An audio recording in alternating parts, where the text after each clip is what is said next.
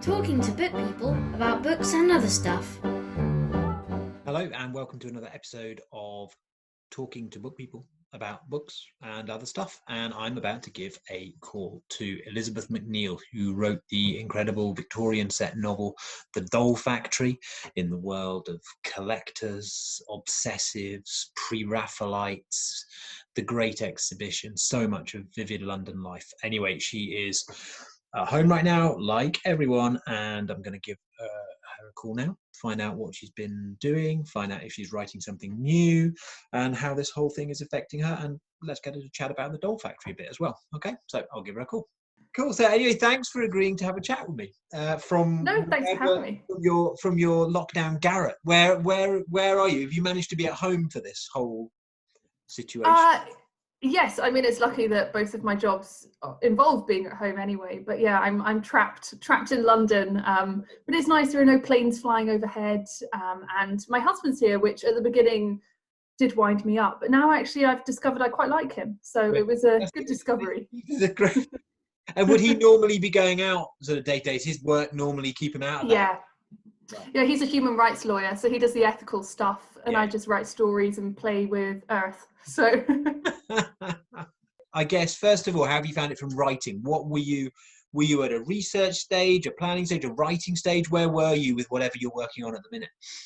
Luckily, at the time when lockdown all started and everything started to get quite worrying, I was at a research stage between drafts. So, I mean, I think everyone has kind of struggled to concentrate a bit, and it's taken some adjustment. So I find it much easier to just kind of go into other people's books you know, do lots of research and really just lie in bed to the extent that I actually wore through my pajamas. So I didn't really get out of bed for 2 weeks, and I just read loads of fascinating books about Victorian circus. And then when kind of, you know, settling into it a bit, I was then able to start my redraft, which is going all right. I mean, it was just very fortunate that the most important books, which I'd read in the British Library, gosh, when was it? It must have been about 6 months ago I first started my research. I'd ordered them because they were so important. I felt like I needed to have them. So they were all at home. But it's a strange thing writing about particularly a circus, which is a real group of people who are interacting so physically and almost sort of that cultish sense of belonging while everyone is so separate. And, you know, writing scenes where they kind of touch each other or sort of move around together. I'm just like, what are you doing? Germs, stop it. My heart goes out to these companies, you know, entertainment industries, especially, you know, the circus, which that I'm writing about. It really makes me reflect on the business owners who are just so, they're just so screwed by this essentially. And I just really hope that lots of small companies that I really cherish and admire are able to pull through it. What about reading? Have you been reading? So I actually haven't been reading very much.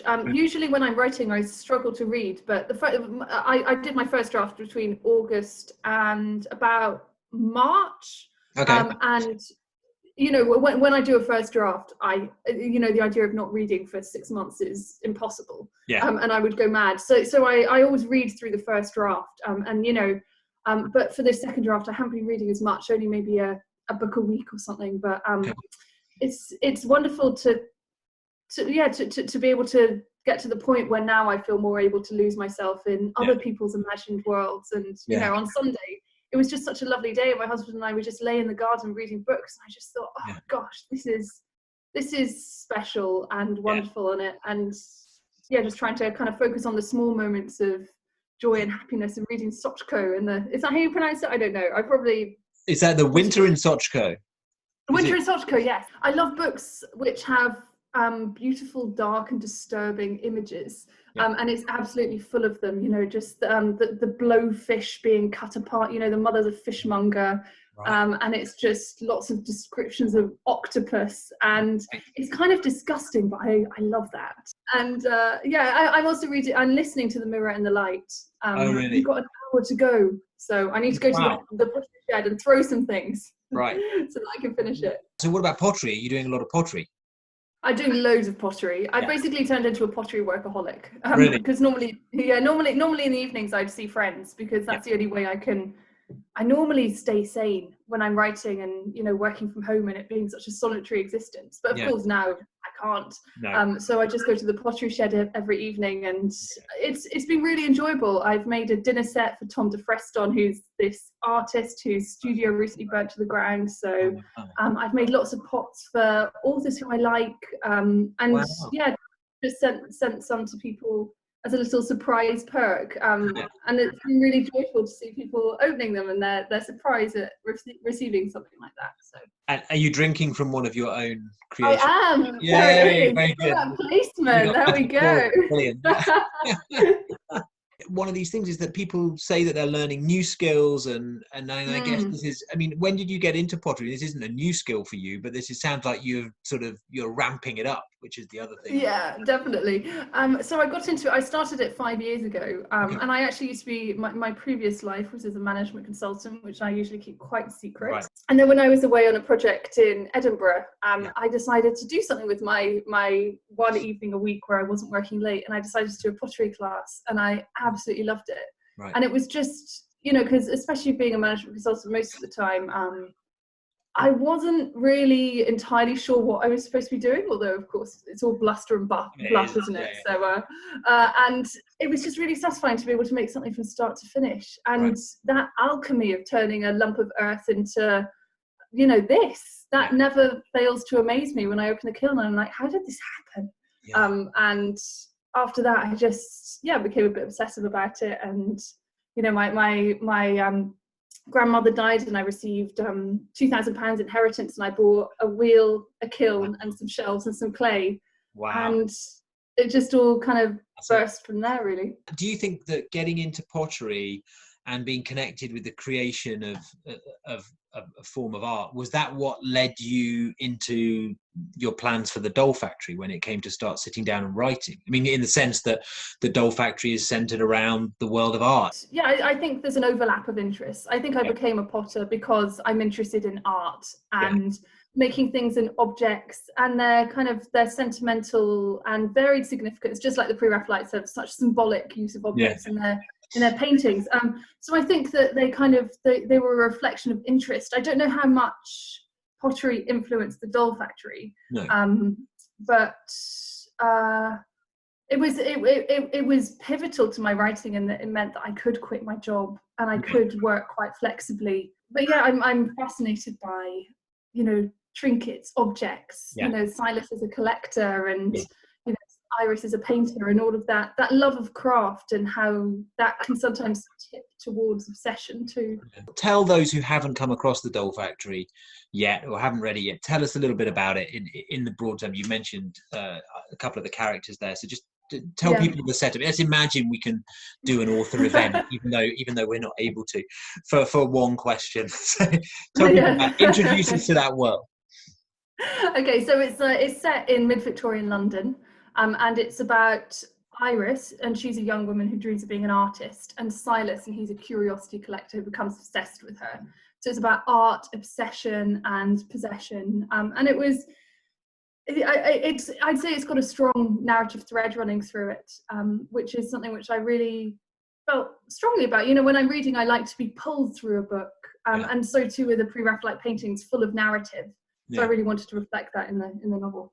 Yeah, and it's also around the time of the Great Exhibition. Exhibition, which it sounds like you get that again from the sort of vividness of the descriptions. It sounds like that's something that just had a massive sort of draw for you. Again, was it because of that confluence of just all that artistic energy, or what was it about that? Definitely. So I did my dissertation at university on possibly the most random topic ever to have been written. Have a dissertation written. Well, actually, maybe it's not that random. I've now overhyped it. But it was clutter in 1850s literature. So that was all about the Great Exhibition, Pre-Raphaelite paintings, the kind of rise of mass manufacture and collecting. And I just thought that the Great Exhibition itself would have been such a spectacle. A woman walked from Cornwall to see it. It was, it covered 25 acres in Hyde Park. It was this huge temporary museum, and everything that said about industry, collecting, ambition, where London wanted to kind of put itself on the map and be seen as this centre of all of these things. And I thought, what would it felt like to have been a person there, to have your own dreams, and to see them kind of reflected in this vast monument, really. Yeah. So and what just sort of hopping from the Dole Factory back to your dissertation, which obviously most of us can't read, but what are the most cluttered 1850s pieces of literature? Where did you Dickens is is Dickens? full of clutter. I guess it is. Yeah, and the old curiosity shop, and so much of. In fact, I didn't do that much on literature, which is probably why I got such a bad mark, given I was doing an English literature degree. Oh, no. So I was more interested in actual things, paintings and museums. So I'll pretend it was that rather than my bad writing. But, right. Well, the writing has kind of been shown not to be too bad since. So very well. Well, maybe I'll call it my non-fiction writing. Yeah. Okay. Do you collect things? Are you a collector? I collect. I don't really collect things anymore unless you count pots. Yeah. I basically started pottery because I couldn't afford to buy the pottery I wanted to buy, and I essentially live in a very breakable house now. If something can be made of ceramics, I will make it. Right. But when I was a teenager, I collected lots of old books. And I still got lots of them downstairs because most people don't realize how cheap old books are, and and how absolutely beautiful they are. I used to trawl around the charity shops in Edinburgh and pick up the works of Dickens from 1904, the complete works for about 12 quid or something. So my friends would just get so fed up, they'd receive a call from me. I'd be like, can you help me carry a box of books from Oxfam? And they'd be like, oh, for goodness sake, can't you just do normal things like drugs? There's something about the sort of where they've been before and the smell and the and so many of them have little inscriptions which are just fascinating, and you think, where is that person? Who were they? And what did this book mean to them? Did they display it prominently? Did they read it? What was this gift to Alberta in 1903? Who was she? What was the relationship? And they just carry so much, don't they? They do. And what about because obviously if anyone sees the cover of certainly the hardback of the Dole Factory, they see this bell jar. Yeah. Shall I go get it? Have you got it? I think it's in this corner here. Oh yeah, get it. To go to the attic, which is terrible. But oh my word. Here they are. Brilliant. Well done. Yeah. You got it right to hand. Super. Yeah. So that bell jar. By the way, on nearly every one of these chats I've done, I've managed to have the book right here, and I have spent the last hour ransacking the house for my actual copy of it, but I can't find it anywhere. So I'm not offended, don't worry. Although I do see the Essex Serpent. Is that the Essex Serpent? Yeah, there's the Essex Serpent. Great book. I have got an interesting old one. Ooh. This is Karel Capek, the Czech writer, Tales from Two Pockets. This is very random that this just happens to be there. But the interesting thing about this is it's got an ex libris thing from George MacDonald Fraser. So a while ago, they sold all of George MacDonald Fraser's personal collection. It was his library, and it was just and there were everything from incredibly expensive, copies of, Patrick O'Brien writing, inscribing a book to George MacDonald Fraser. So you've got the sort of masters of sort of swashbuckling fiction sort of talking to you, obviously thousands of pounds, to others that were, £20 or whatever. And I love Karel Capek, who's a Czech writer. So I just loved the idea, but I hadn't got that one, of having George MacDonald Fraser's copy of it. I've no idea whether he ever read it or whatever. I'm not even, particularly. That is extremely cool. I'm not even particularly big George MacDonald Fraser fan. It's just I just had to grab it. So that cover, and that bell jar. I mean, what about that? Was it the research for the Dole Factory that got you interested in that kind of slightly more squeamish collecting, the sort of taxidermy and the collection of and the holding things into position and jars and what have you? I think I almost thought actually the books that I was writing two separate books at the very beginning. So I thought one of them would be this kind of pre-Raphaelite book, and I also thought of writing a book about modern day collector, because there's a collector in London called Victor Wind. I'm not actually sure. I think it's Wind, actually, that's his surname. But anyway, I stumbled across his Curiosity Museum completely by accident. It's up in Hackney, just off the canal, and it started to rain, and I thought I'd duck inside. And it was it was the weirdest place I've ever been in, and possibly will ever go into for the rest of my life. It's, you know, it's filled with dead things, basically. Really? And, you know, there were skeletons hanging from the ceiling, and this taxidermy lion sitting in the corner wearing a hat, and, you know, like jars of pickled moles. And, Really? you know, and I have to go to it. Is this a publicly accessible place? Yeah, it's publicly accessible. And it's down in this kind of dingy basement, and you almost don't want to breathe in because you feel like you're sort of inhaling, you know, all of this stuff. Exactly. They'll have no visit after this situation. They'll have no visitors because everyone's going to be way more sensitive about that for starters. So yes, absolutely. But and when I was there, I mean, it's basically only 2 rooms downstairs, and it was empty. And I mean, on the one hand, I was, of course, pretty grossed out by it. On the other hand, I was also kind of enchanted by the mind that created it. And I just became really fascinated by that psychology. You know, what kind of person collects and curates and displays this kind of stuff, and this kind of the desire to possess. And I read his book, which is Victor Wynn's book, which is absolutely magnificent and frightening. And it basically describes how collecting for him is an illness, and no matter what he wants, it will never be enough. Wow. And I just thought that as the basis of a character would be interesting. And then I sort of realized that kind of collector person, that they were kind of perfectly suited for Victorian London, with you know, its small alleys and the mainstream vogue for taxidermy as well, you know, where high class ladies would wear stuffed hummingbirds in their hats. And again, the Great Exhibition, that would be this kind of symbolic, you know, even at the Great Exhibition, they had, you know, taxidermy frogs, you know, and little shaving bibs and little montages, where it's so weird. And so this person would see that, and it would be a manifestation of everything that he wants, all of the grandeur that he wants, but his delusion that he can never achieve it. Wow. There's Walter Potter as well. He was a Victorian taxidermist, and really his museum, he basically just dressed up lots of mice in costumes and bunny rabbits, and put them in these sort of innocent scenes, and did you ever dead animals. This is a complete aside, but did you ever go to that restaurant in London? It doesn't exist anymore. It was at the sort of top of Brick Lane, and it was called Les Trois Garçons. No, I didn't. I don't know if there'll be stuff on the internet about it. It was an incredible restaurant. It had it was a kind of pricey restaurant, but it was completely different in atmosphere to all those kind of things. I guess, to be fair, I mean, I went there a long time ago now. It would have been early 2000s, but it was, when you went in, it was the most cluttered place I've ever had a meal.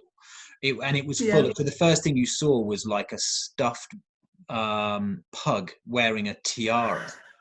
and there were weird. And there was like a huge giraffe head, kind of with diamante necklaces like drooped down and stuff. It was the most kitsch. It was like taxidermy camp on like it was so strange, but it was incredible food, and just the atmosphere. There was like a massive glass on the bar. It was an old London pub that they'd converted into a restaurant. It had one of these big bars, you know, and there was like a glass that was sort of the size of a glass that sort of, I don't know, in a 30s film some woman would have been sort of singing in or something. It was ridiculous. Where they got all of it, no idea, and what became of it. But I kind of hope that's in a museum somewhere. Listen, I've got one other question for you before I let you get back to your pottery or rewriting and what have you, and that is, when this all finishes, when this is all done, what's the first place you're going to go? What would be the first? No, I've actually got my day mapped out. Have you? I do. It's the way I'm getting through. I've basically got this. I wouldn't call it a bucket list because that sounds too depressing, and we must not use, you know, language like it will be the end. No. But you know, the sort of the list of things that I would love to do when it's all over. Yeah. And it involves me going for a walk up the canal. Yeah. And stopping at my favourite brunch spot, which is called the Little Picklary, and having their harissa eggs, which are delicious. Stopping at Pages of Hackney and buying a book. Yeah, very good. And then go for a swim in the Lido in London Fields. Fantastic. There you go. That's my day, and I can't wait. It's set up. Yeah. No. Well, it'll come. I'm sure it'll come. there's going to be some more patience along the way, but I think we'll get there. Yeah, fingers crossed. Well, brilliant. Okay, listen, thank you very, very much. Stay safe, keep well, keep potting, and we'll see you on the other side. Yeah, can't wait. Go, bye. Thank you. Please note, no book people were harmed in the making of this film, though some were technologically challenged. All books are available from www.mrbeesemporium.com.